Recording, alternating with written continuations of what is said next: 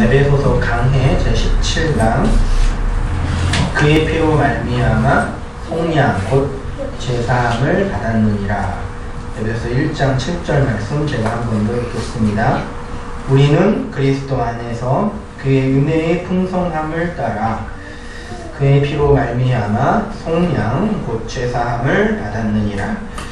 지난주에 했던 부분인데 다시 한번 7절을 에베소서 1장 7절을 직역을 하면 본문에 따라 직역을 하면 이렇게 번역할 수가 있어요.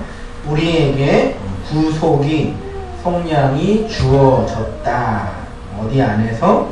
그의 사랑받는 자 안에서. 이 사랑받는 자는 1장 6절에 있는 말씀이에요. 1장 7절에는 그의 피로 말미암아. 그래서 1장 7절에는 관계 지시 형용사가 있는데 어쨌든 그게 6절에 있는 말씀 그의 사랑받는 자 안에서. 이게 지난주에 헬라어로 뭐라 그랬죠? 네? 모노게네스 독생자. 그의 사랑받는 자 안에서 그분의 피를 통해서 무엇을? 죄사함, 죄의 면제를 그의 풍성한 은혜로 이렇게 이제 직역을 할 수가 있습니다. 에베소서 1장 7절 이 말씀은 성도에게 속량이 주어졌다라고 우리에게 선포하고 있죠. 변증하거나 설명하지 않고 너희들에게 에베소 교인들에게 속량이 구속이 주어졌다라고 선포해요. 그 속량은 그리스도 안에서 주어진 것이고 그리스도는 하나님의 사랑을 받는 자, 모노게네스, 독생자라고 그랬죠. 이 모노게네스가 의미하는 것이 뭐라고 그랬어요? 하나님의 사랑을 받는 유일한 하나님의 자녀, 하나님의 사랑을 받는 유일한 존재. 하나님은 이 세상을 바라보실 때 독생자 예수만 바라보셔요. 그분만 하나님이 인정해요. 나머지는 하나님이 인정하지 않아요. 하나님의 유일한 사랑을 받는 존재로서 모노게네스라고 공부했었잖아요. 우리는 그 모노게네스가 이룬 구속을 통해 우리에게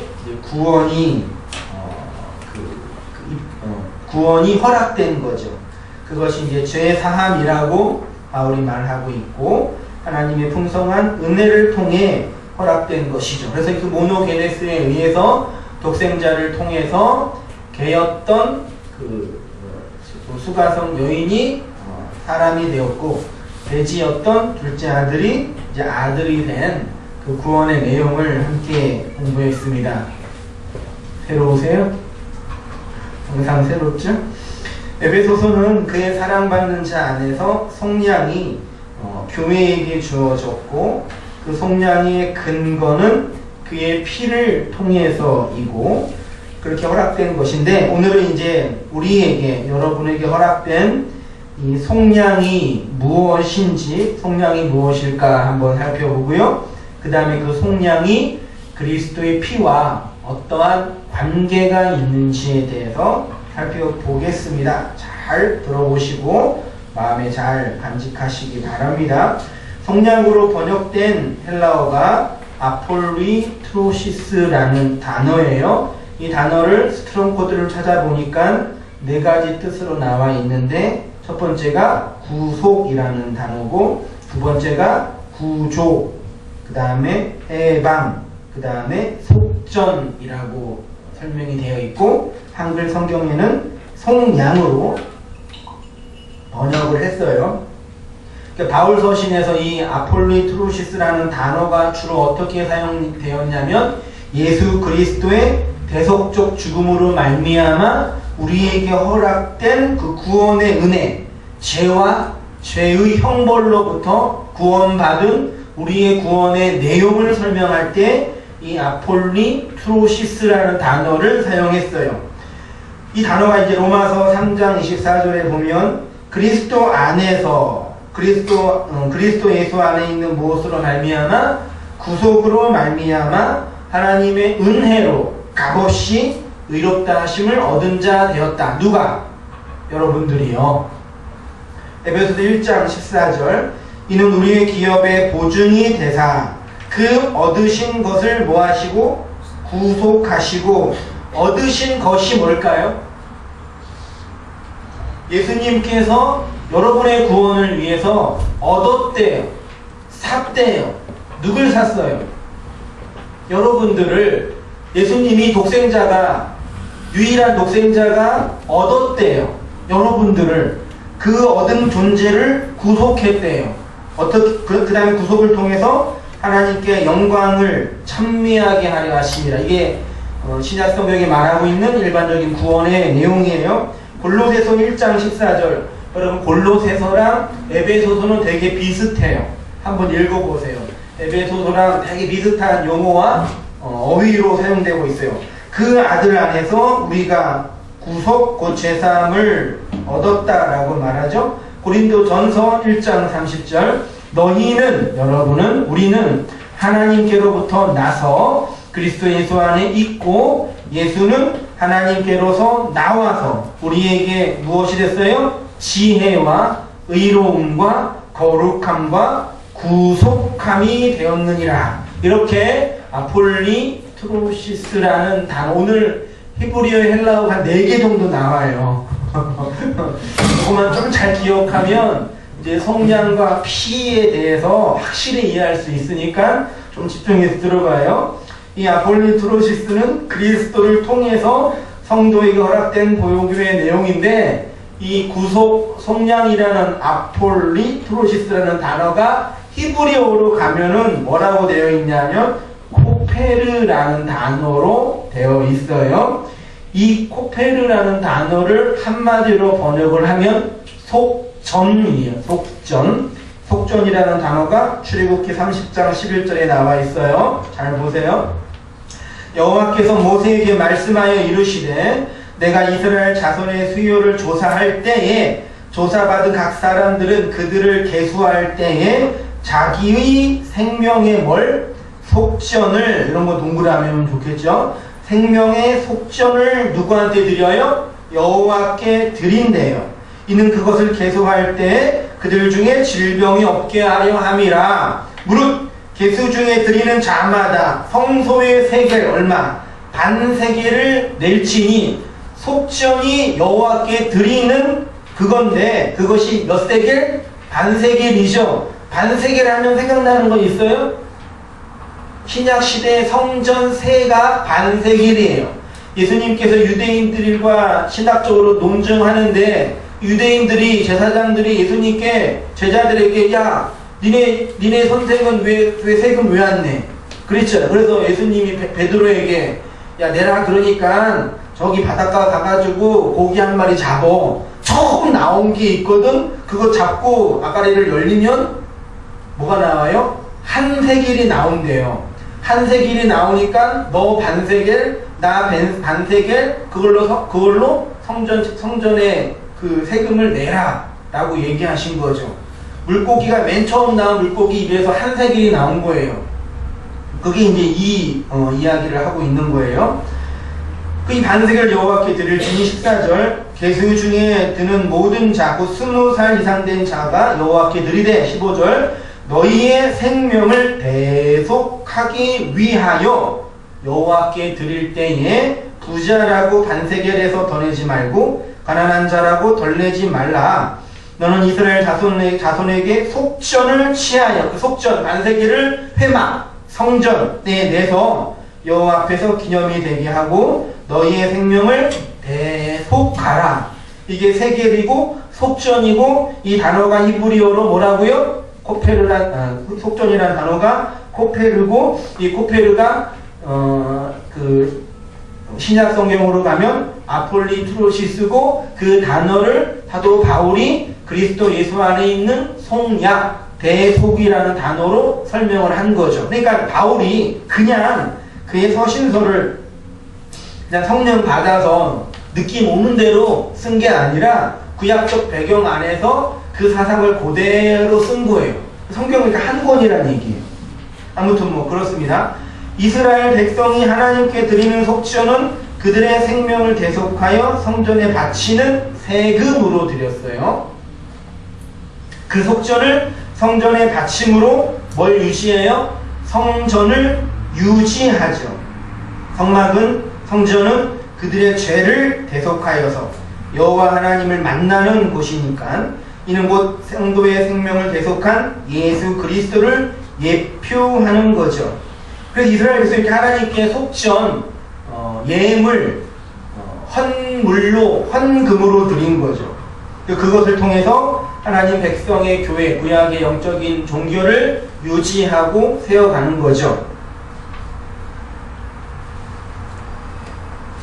우리의 생명을 대속하기 위해서 누가 성전 세겔로 바쳐졌죠?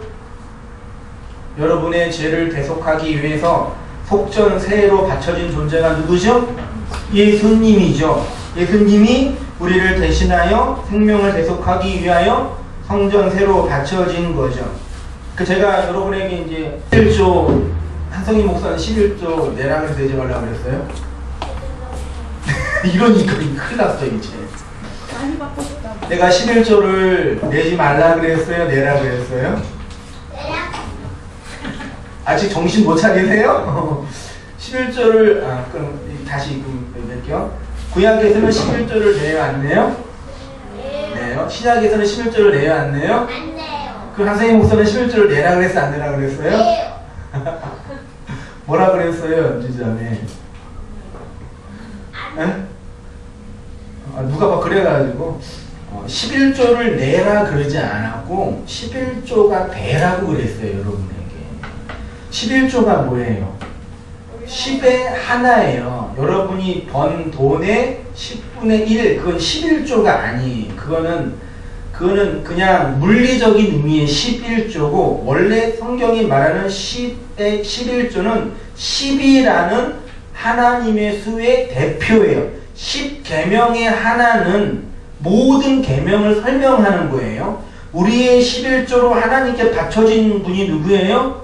예수님이잖아요. 그렇게 우리가 예수님이 우리를 대신해서 10의 대표로 바쳐진 것처럼 여러분이 10의 대표로 열이라는 계명의 하나로 하나님께 드려져야 된다. 그래서 구약성경이나 구약성경에는 11조가 되라고 해요. 그 11조 본문 중에 하나가 말라기야 3장에 있는 말씀이잖아요. 너희 곳간에, 거기 곳간은 성전이거든요. 성전에 11조를 바쳐서 내가 복을 내리나 안 내리나 한번 날 시험해 봐라. 그래서 이제 하나님을 시험하려고 11조를 내라고 얘기하는데 그 성경을 곡해하는 거고 성전 안에 하나님의 교회 안에 여러분들이 하나님의 대표로 10의 하나로 하나님께 바쳐지면 그 성전이 하나님의 진리로 풍성하게 되죠.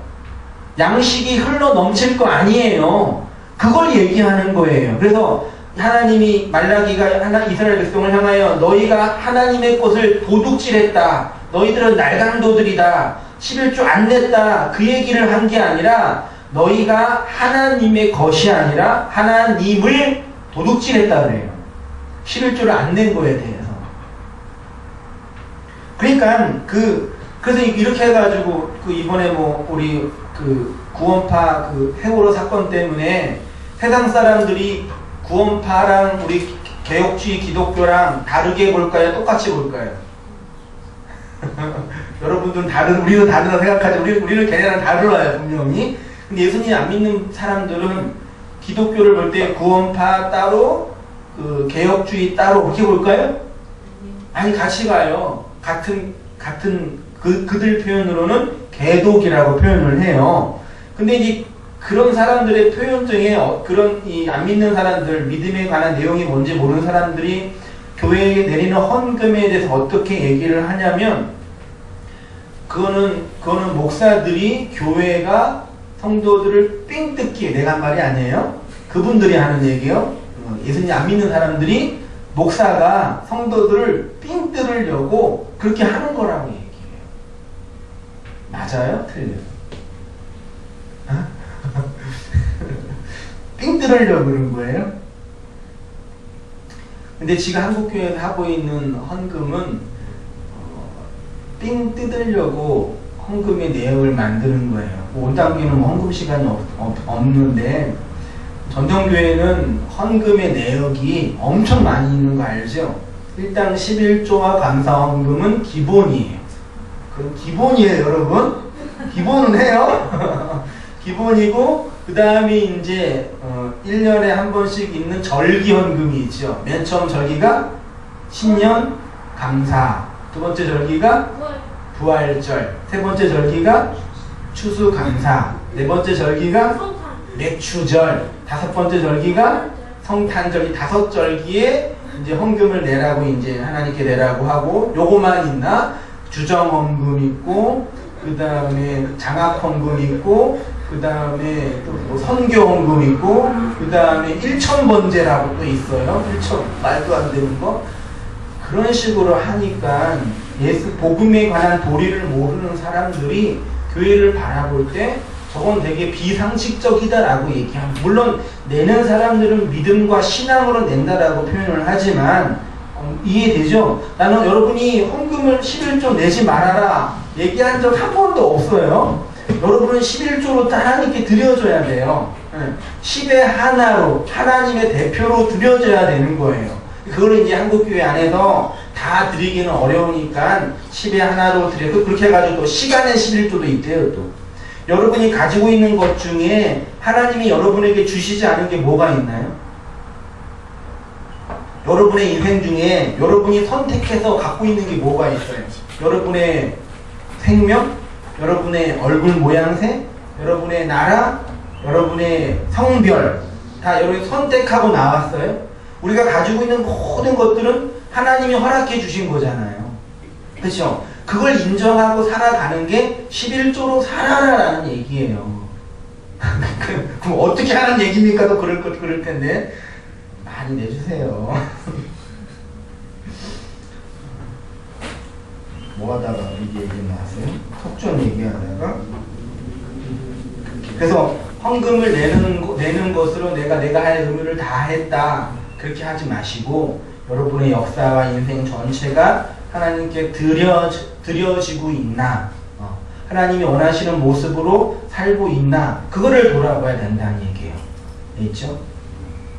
계속 뭐 들어가 볼게요. 예수님을 예표하는 겁니다. 가운데쯤에 예수 그리스도가 우리를 대신하여 생명의 속전으로 몇 채 팔렸어요? 은 30에 팔렸죠. 그래서 우리가 진짜 생명, 하늘의 생명을 얻게 된 거예요. 여러분 혹시 호세아의 아내가 누군지 알아요? 고멜이죠. 고멜은 결국 간음하다가 아들, 딸 둘 낳고 다른 남자랑 바람 피고 나가다가 결국 노예시장에 팔렸어요. 다 이제 단물 다 뺏기고. 노예시장에 팔린 고멜을 산 사람이 누구예요? 그의 남편인 호세아예요. 호세아는 헬라어식으로 바꾸면 예수예요. 예수가 고멜을 얼마에 샀어요? 보리 한 호멜 반과 은 15으로 샀어요. 보리 한 호멜 반은 은 15이에요.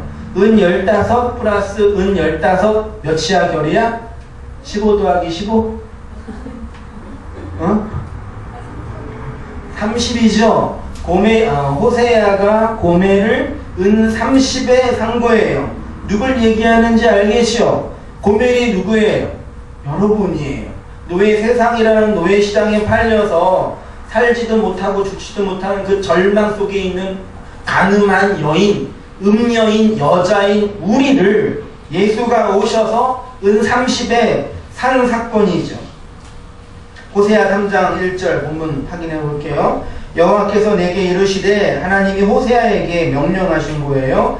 이스라엘 자손이 다른 신을 섬기고, 이게 간음 행음이에요. 건포도 과자를 즐길지라도 여호와가 그들을 사랑하니 너는 또 가서 타인의 사랑을 받아 음녀가 된 그 여자를 사랑하라 하시기로, 내가 은 15개와 보리 한 호멜 반으로 나를 위하여 그를 사고 그에게 이르기를 샀어요. 그 다음에 뭐라 그래요? 너는 많은 날 동안 나와 함께 지내며 나랑 살자 얘기해요. 예수님 우리를 산 다음에 딴 데 가지마, 나랑 같이 있어 그러잖아요. 음행하지 말며 다른 남자를 따르지 말라, 나도 내게 그리하리라. 예수님이 우리에게 이렇게 말씀해 주셨죠.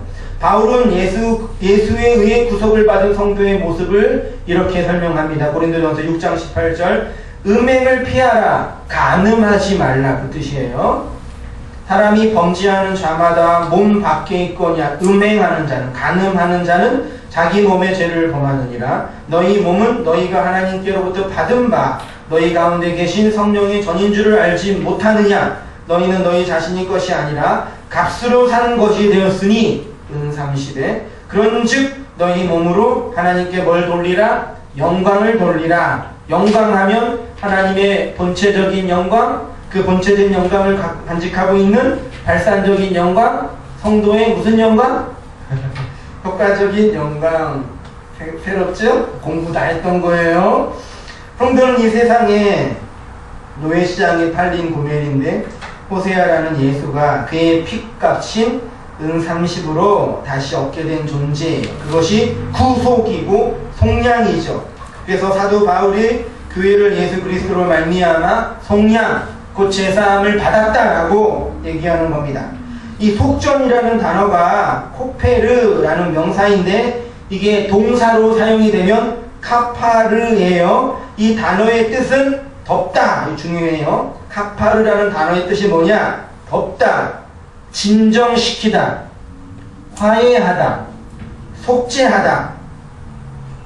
맨 마지막으로 뭐예요? 역청으로 칠하다. 이 단어를 제가 성경 연구하면서 히브리어 사전 찾아보고 구약까지 들어가서 보니까 정말 놀라워요. 진짜 성경은 이건 사람이 쓴 책이 아니에요. 단어 하나만 보더라도. 속량이라는 것은 인간의 죄를 덮는 것이죠. 그 죄 때문에 진노하시는 하나님을 진정시키는 거죠. 인간과 하나님을 화해시키는 거죠. 그 일을 위해서 예수님이 이 땅에 속죄 양으로 오셔서 죽으신 거죠. 이 코페르, 카파르라는 단어가 제일 먼저 사용된 성경을 찾아보니까 창세기 6장에 나와 있어요. 되게 재밌어요. 나만 재밌어요. 6장 14절 보세요. 너는 고페르 나무로 너를 위하여 뭘 만들어요? 방주를 만들되 그 안에 칸을 만들고 역청, 이 역청이 카파르, 코페르의 역청이 아까 역청, 이 코페르라는 단어 안에 그 속죄, 속전, 역청이라는 단어가 있어요. 그리고 그 역청을 칠하다가 카파르예요. 코페르의 동사형이란 얘기예요. 이 본문 창세기 6장 14절 본문을 제가 헬라 히브리어를 한번 동사만 여기 원형으로만 썼어요. 히브리어는 왼쪽에서 오른쪽으로 가요. 제가 여러분 헷갈릴 것 같아서 이렇게 화살표도 해줬어요. 얼마나 친절해요. 한번 보세요. 아사, 레, 테바, 에치, 고페르, 밑에 켄, 아사, 엣, 테바, 카파르, 엣, 바이트, 후치, 코페르 이렇게 나와 있어요. 이걸 이제 직역을 하면, 그대로 번역을 하면, 너는 내 안으로, 너 안으로 방주 안에 방, 성전을 만들고, 베트가 성전이고 집이거든요. 역청으로 그 밖을 칠하라 되어 있어요. 한글 성경에 보면은 하나님이 노아에게 너를 위하여 방주를 만들라라고 되어 있잖아요. 그 전치사로 번역을 하면 포라고 되어 있죠. 너를 위해서 방주 만들라고 그랬는데 원문을 보면은 너에게로, 너 안으로, 너로 방주를 만들라라고 얘기했어요. 그러니까 방주를 만드는 사건이, 잘 보세요. 방주를 만드는 그 중요한 이 하나님의 구속사를 완성하는 사건이 노아 밖에서 일어나는 어떤 일이 아니라 노아 안에서, 노아 역사 속에서, 노아 마음속으로 경험해야 할 사건이라는 얘기예요. 여러분 잘 들으세요. 성경의 이야기, 구속사의 이야기는 우리 밖에 있는 어떤 사건이 되면 안 돼요. 예수님께서 십자가에서 죽으신 그 사건이 내 역사 밖에 있으면 그 사건이 나를 구원해요, 심판해요? 물어볼 주님이 어디 갔어요? 예수님의 십자가 사건이 내 밖에 있으면 그건 나를 심판하는 사건이 된다고요.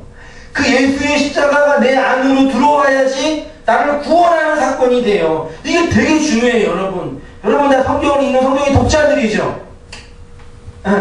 성경책을 들고 다니기만 하는 분들은 아니죠? 대답 좀 해보세요. 맞죠? 너무 찔려요? 성경을 읽고 있는 독자의 입장에서 그 이야기를 내 밖에 있는 사건으로 읽으면 간단하게 말하면 구원 없어요. 예수가 내 역사 밖에 있으면 그 뭐 어쩌란 얘기예요. 예수님 좋은 분, 훌륭한 분, 대단한 분, 혹은 정신 나간 사람, 이렇게 이해하면은 어떻게 하라는 얘기예요. 근데 다 오늘날 거의 대부분, 근데 난 확신해요. 거의 대부분 모든 기독교인들이라고 자칭하는 분들이 다 예수를, 기독교를 내 밖에 있는 신, 하나님, 절대자로 섬기려고 노력해요. 옛날에는 아니겠지 했는데 이렇게 목회를 하고 사람들 만나면 만날수록 아니다라는 생각이 더 확신이 들어요. 거의 대부분.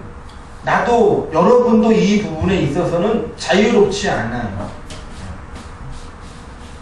구원의 확신이라는 21세기 한국교회 복음주의 운동이 만들어 놓은 그 잘못된 교리로 자위하면 안 돼요, 여러분.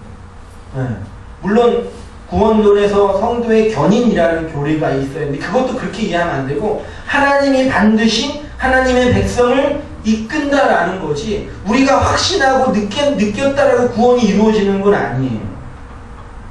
그러니까 복음의 사건이, 십자가 사건이, 진리가 내 밖에 있으면 그게 나를 심판하고 치르는 사건이 된다는 얘기예요. 하나님이 노아에게 방주를 네 안에 만들려고 그랬어요. 너 안으로, 너에게로. 카파르가 속죄하다, 역청을 칠하다이고, 코페르가 명사형으로 속죄, 역청이라는 뜻이에요. 이 두 개 단어 좀 여러분 좀 히브리어, 헬라어라고 너무 이렇게 터부시하지 말고 몇 개만 이해하면 돼요. 그런데 하나님의 진노를 막는 방주는 속죄라는 단어로, 코페르라는 단어, 역청으로 칠했어요. 결국 그 예수의 피에 의해 덮어진 나무 상자가 방주라는 얘기예요. 뭔지 알겠죠? 코페르가 속전이라는 뜻도 있고 덮다라는 뜻도 있어요. 근데 그것이 방주 겉을 칠한 거란 말이에요. 그 방주는 하나님의 저주와 진노의 바다에서 성도를 지켜주는 유일한 구원 수단이었죠. 이 방주라고 번역된 히브리 단어가 테바라는 단어인데, 성경에 딱 이 테바라는 단어가 두 군데서 사용이 돼요. 첫 번째가 노아의 방주를 테바라고 부르고, 두 번째가 모세의 갈대 상자를 테바라고 그래요. 한글 성경에 상자라고 되어 있는데 히브리 원문을 보면은 똑같은 단어예요. 출애굽기 2장 3절, 더 숨길 수 없이 되매 그를 위하여 갈 상자를 가져다가, 근데 뭘 만들어요? 역청으로 나무 진을 칠하고 거기에 아이를 거기에 담아 하숫과 갈대 사이에 두고. 이렇게 노아의 방주와 모세의 갈 상자는 예수의 피에 의해 덮으심의 은혜를 받아 이 죄악의 바다에서 구원을 받은 성도의 모습을 예표하는 거예요. 여러분의 모습이에요. 우리의 모습이에요. 방주가 어떻게 이 죄악의 바다에서 떴죠? 방주가 어떻게 떴죠? 역청이 달라졌기 때문에, 물론 물리적으로는 부력이 있기 때문에 떴겠죠. 이렇게 예수의 피에 덮어져서 하나님의 긍휼의 은혜와 자비와 은총이 나타난 곳이 바로 지성소라는 얘기입니다. 여러분 그 성막 구조를 나중에 기회 되면 공부하겠지만 성막이 있고 성막의 문이 동쪽에 있거든요. 동쪽으로 들어가면 맨 처음 마당이 소위 뭐라 그래요? 그게 이방인의 뜰이라 그래요. 뜰. 그 마당이라 그래요. 그래서 이사야 같은 경우에는 너희가 성전 마당만 밟는다 그러잖아요. 그 마당이 이 마당이에요. 지성소로 성소로 못 들어간 거예요. 성전 마당에 이제 그 번제단이 있고 그 양이나 짐승을 태우는 번제단, 그 다음에 큰 놋대야 물두멍이 있어요. 그걸 통과하면 성소에 들어가요. 성소에 들어가면 진설병, 그 떡상이 있고, 그 다음에 촛대가 있고, 그 다음에 그 다음에 향단이 있고, 향단을 통과하면 지성소가 있어요. 지성소는 1년에 딱 한 번, 대속죄일날 대제사장이 어린 양의 피를 들고만 갈 수 있는 곳이에요. 그곳에 들어가면 이제 깜깜하겠죠. 근데 그 바로 앞에 소위 법궤, 시온자가 있어요. 법궤가 나무 상자로 만들어 놓은 다음에 그 금으로 포장을 해요. 그 다음에 그 위에 천사 2마리가 이렇게 있어요. 그 법궤라는 나무 상자, 언약궤라 그러는데, 나무 상자 안에 3개의 물건이 있는데, 아론의 쌍난지팡이, 만나 항아리, 십계명 돌판이 있고, 그걸 이제 나무로 덮은 다음에 그 위에 천사 2마리가 이렇게 날개를 피고 있어요. 거기가 소위 시온자, 하나님의 은혜가 나타나는 곳이라는 얘기예요. 알겠죠? 근데 이 법궤 안에 무엇이 있냐면, 법궤 안에 그 3개가 있었다는 얘기죠. 아론의 쌍난지팡이, 그 다음에 십계명 돌판, 모세의 항아리가 있는데, 이 십계명 돌판과 아론의 쌍난지팡이와 모세의 항아리가 의미하는 게 뭐예요? 인간의 죄와 인간의 악을 상징해. 다 하나님을 반역하고 하나님을 거역했던 그 상징적인 내용물이에요. 인간의 죄가 안에 가득해요. 그렇죠? 근데 그 위에 하나님이 그걸 바라봐요. 근데 제사장에 들어가서 그 법궤에 양의 피를 뿌리면 그 나무 상자가 피로 범벅이가 되죠.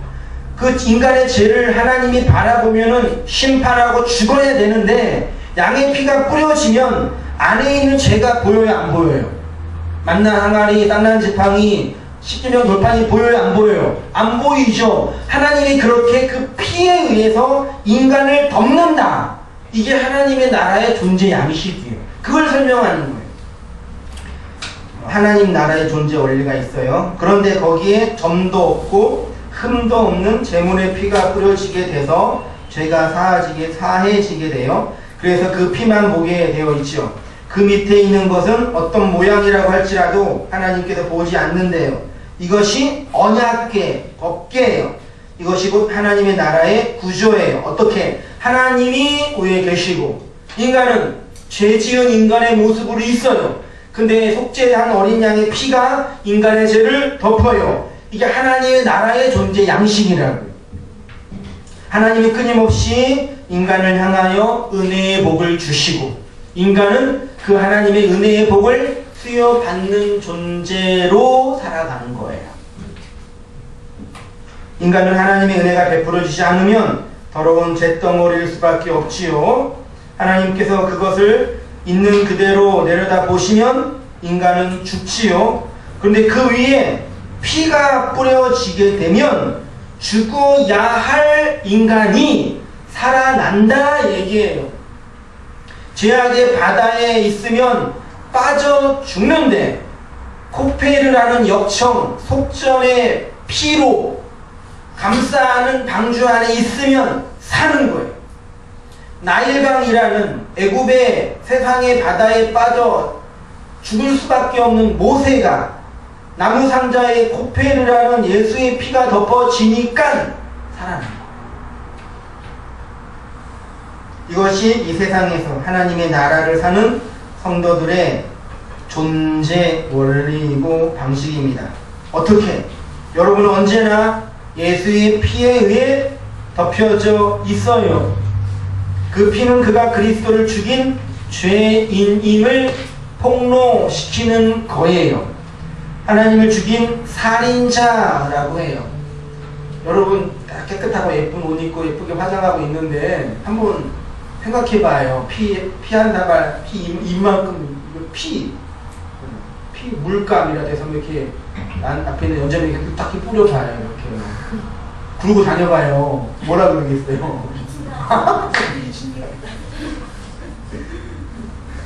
그걸 영적으로 해석을 하자. 세상 사람들은 그 피 없어요. 안 묻어 있어요.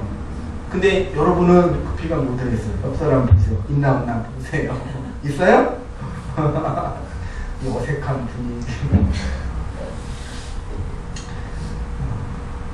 그래서 그 피 묻어 있는 사람은 어린 양 죽인 살인자, 하나님과 이혼한 고멜이라고 폭로당하는 거예요. 이것이 바로 그리스도의 피로 속량을 받은 성도의 모습이에요. 그래요? 피 범벅이세요? 네? 이거를 여러분 이스라엘 백성은요 물리적으로 다 했어요. 제사장 옷이 되게 멋있잖아요. 그 다 피옷이에요. 피옷. 그 성막은 다 피바다예요. 거의 고기 타는 냄새요. 피 냄새 얼마나 그래요. 이런 언약, 이런 나무 상자에 피를 뿌렸다니까 이렇게. 그때는 모형으로 상징적으로 준 거니까 물리적으로. 그걸 우리가 그대로 간직하며 살고 있다고요. 역사 속에서. 그러니까 정말 예수 믿는 거 맞냐고요. 정말 맞냐고요. 우리는요. 이렇게 그리스도의 피로 덮으심의 은혜를 받은 존재가 바로 성도 여러분이에요. 그래서 예수님께서 피를 흘리는 여인의 하혈을 멈추게 하는 사건으로 구원을 설명하세요. 잘 보세요. 재미있어요. 누가복음 8장 41절 어떤 내용인지 한번 보세요. 이에 회당장인 야이로라 하는 사람이 와서 예수의 발 아래 엎드려 자기 집에 오시기를 간구하니 이는 자기에게 12살 된 외딸이 있어 죽어갑니다. 몇 살 된? 12살. 12예요. 12. 가실 때 무리가 밀려들더라. 이에 12해 몇 해? 12살 된 딸이 나오고 12해 동안 혈우증이 뭔지 알죠? 여인이 피를 계속 하혈하는 그런 병이에요. 있는데 아무에게도 고침을 받지 못하던 여자가 예수 뒤로 와서 그의 옷과의 손을 대니 혈루증이 즉시 그쳤더라. 어떻게 그쳤어요? 예수의 옷을 딱 베버리니까 그쳤어요. 예수님의 옷에 어떤 신비적인 능력이 있는 거죠. 예수의 뒤로 와서 그의 옷과에 대니 45절 예수께서 이르시되 내게 손을 댄 자가 누구냐 하시니 다 아니라 할 때 베드로가 이르되 주여 우리가 너무 밀어서 모르겠으면 그런 거예요. 예수께서 이르시되 내게 손 댄 자가 있도다. 이는 내게서 능력이 나갔대요. 능력이 있는 거예요. 예수님 옷 안에 느끼신 거라고요. 무슨 능력이었을까? 47절 여자가 스스로 숨기지 못할 줄 알고 떨며 나와 엎드려 그 손댄 이유와 나은 것을 모든 사람 앞에 왜 떨었을까요? 왜 떨었을까요? 지금 우리가 막 이렇게 왔다 갔다 그래요. 손이 막 그러는데 한 여자가 조용히 가서 예수 톡톡 됐는데 도망가면 되잖아. 근데 왜 떨었을까요? 딱 손 대니까 병이 나은 거예요. 자기가 이제 병 났으니까 다 여러분이니까 하나님의 임재와 은혜를 경험할 때요 이렇게 된다니까요. 하나님을 만나면요 아싸 할렐루야 됐다 이제 성공했다. 그래서 그런 사람 없어요. 다 어떻게 해요? 떨며 나와 엎드려 쫄아요. 이게 무슨 일이지? 벌벌 떤다고요. 하나님 제대로 만나면 쫀 거예요. 근데 예수님께서 막 뭐라 그러니까 저기 제가 그랬는데 그런 거야 지금 그림이. 자신의 몸에 피를 담지 못하고 하혈을 한다는 것은 생명을 담지 못한다는 거예요. 피가 생명이라고 그랬잖아요. 여인이 하혈한다는 얘기는 생명을 담지 못하는 이 세상의 모든 사람들을 의미해요. 설명하는 거란 말이에요. 생명을 담지 못하고 죽음의 모습을 상징하는. 그런데 그 여인이 몇 년 동안? 12년 동안 혈루증. 그 전에 12살 된 야이로의 딸. 10이라는, 오늘 뭐 헬라 오늘 원문 공부할 때 하겠지만 10이라는 수는 누구의 수예요? 하나님의 수는 7이고 12 아들, 12 족속, 12 지파, 12 제자, 12 사도, 그리고 계시록에 가면 24 장로, 12 플러스 12. 네, 그 10이라는 거는 하나님 백성의 수예요. 교회의 수예요. 그러니까 이 10이라는 숫자를 굳이 넣어가지고 이게 성경을 읽고 있는 독자에게 너희들의 모습이다라고 얘기해 주는 거예요. 그걸 캐치해내야 돼요. 교회는요. 성도는. 그런데 그 여인은 그 병을 고치기 위해서 각주 보면은 어떻게 되어 있냐면은 의사들에게 그의 가사를 다 허비했대요. 여기 의사는 오늘날 말하는 그런 의사가 아니에요. 고대 시대의 의사는 어떻게 알아요 그거를? 어떡해요? 오늘날로 말하면 무당이에요. 그래서 우리도 옛날에도 병이 들어오면은 귀신이 들어왔다 그랬잖아요. 그 병 나라 그러잖아요. 그러니까 그 귀신 병, 그러니까 몸이 아픈 거는 영적인 걸 해석해. 물론 약간의 뭐 고약 한번 발라주면서 막 귀신 하면서 막 뭐 뿌리고 막 물 뿌리고 그랬겠죠. 그게 무당이거든요. 걔한테 그런, 그러니까 용한 무당을 다 찾아다닌 건데 다 찾아다니다가 돈만 허비하고 돈 다 잃어버리고 병은 그대로 있는 거예요. 오늘날 복음의 본질을 알지 못하고 무당 같은 사람을 찾아다니는 성도의 모습과 비슷하죠. 그런데 그 이런 미신적이고 종교적인 방법으로 피라는 생명을 담지 못하는 그 병을 고칠 수가 없었죠. 왜냐하면 그들도 생명을 담지할 수 없는 가짜 생명이었기 때문이에요. 그런데 그 여인이 어떻게 생명의 피를 담지할 수 있었죠? 어떻게 하여를 멈췄죠? 예수의 옷. 이 옷이 겉옷으로 되어 있어요.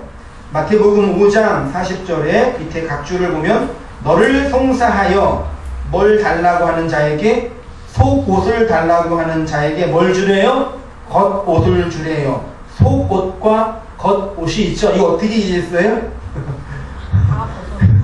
나 어떤 미친 사람 미안해요.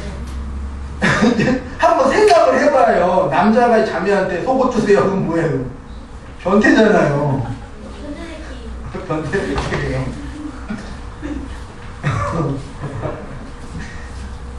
성경에 그런 얘기가 있겠어요? 너를 송사하는 사람이 누구예요? 여러분을 송사하는 사람들이 누구예요? 누가 여러분을 죄인으로 송사해요? 율법이 우리를 송사해요. 그래서 속옷을 달라고 해요. 예수님이 속옷과 함께 뭘 주래요? 겉옷을. 그러니까 속옷은 율법의 행위라고 그러면 나중에 우리 산상성 공부하니까 공부할 거예요. 율법의 행위, 내 존재와 자아를 지키고 확장하려는 인간의 욕망, 그걸로 너 자신을 증명해봐. 열심히 살고 노력을 하고 기도도 그렇게 하면 되겠어? 신앙생활 하려면 좀 똑바로 좀 해봐. 제대로 해서 복 좀 받아봐. 그렇게 얘기하는 거예요. 너 자신을 확장해 보라고. 그렇게 우리에게 요구한단 말이에요. 그런 세상 앞에서 속옷도 줘. 그렇지만 뭘 주란 얘기예요? 구원의 겉옷을 주란 얘기예요. 근데 이 겉옷이 없는 사람은 줘요, 못 줘요? 못 주죠. 여인이 그 예수님의 겉옷을 만졌다고요. 노아의 방주나 모세의 나무 상자가 무엇으로 칠해졌냐면 코페르라는 역청으로 칠해졌지요.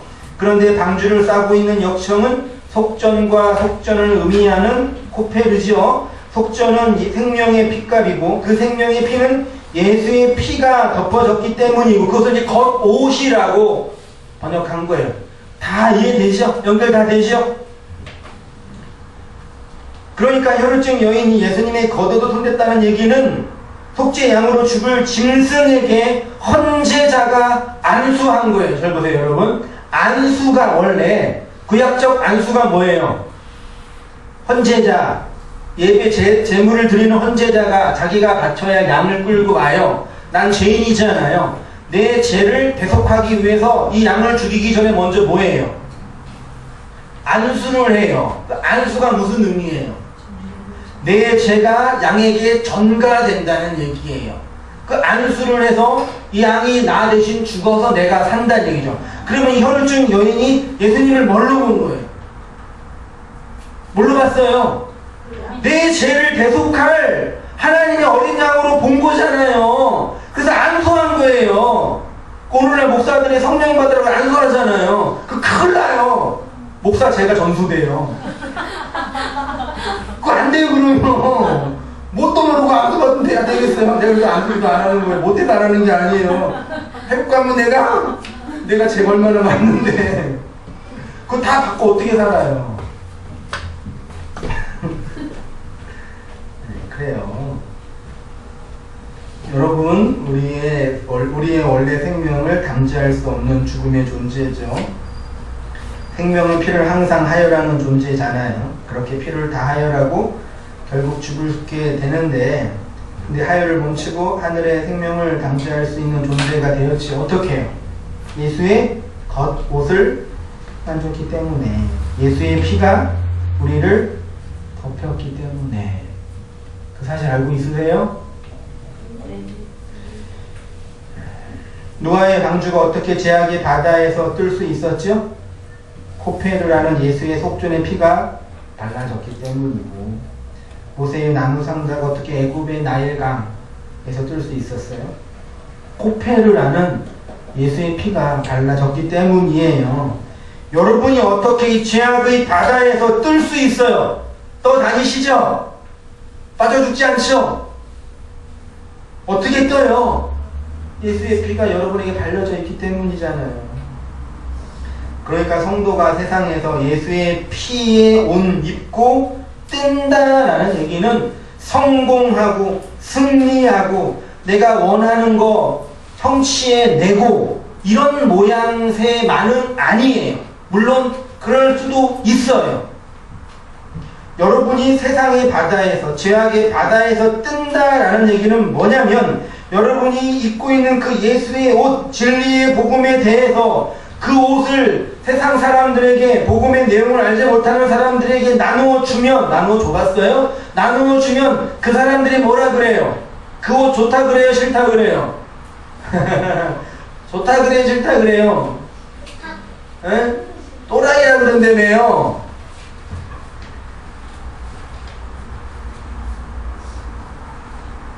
소통이 되지 않지요. 그래서 분리와 구별이 일어나요. 그것이 바로 세상에서 뜬다라는 얘기예요. 그렇게 떠다니다가 누군가가 이 죄악의 바다에서 익사당하고 죽어가고 있다는 것을 자각을 할 때가 있어요. 대부분 다 아니에요. 대부분 다 세상의 바다에서 빠져 죽어가고 있는 걸 모를 거예요. 내 희망으로 안 돼. 그런 자각이 있는 사람이 있다고, 누군가가. 그때 그 옷을 던져주면 돼요. 그런 사람이 와가지고, 형제여 내가 배고파 양식 좀 달라 그러는데, 저기 잠깐만 나도 지금 그게 별로 없거라. 그래 한번 힘내봐. 그럼 돼야. 그 지난주 얘기했잖아요. 그래서 베드로가 너희 마음의 소망에 관한 이 복음의 비밀을 묻는 사람이 있는데, 그때 뭘 준비하래요? 대답할 말. 동일로가 시끄럽네요. 대답할 말을 준비해래요. 떠다니면 돼요. 그러니까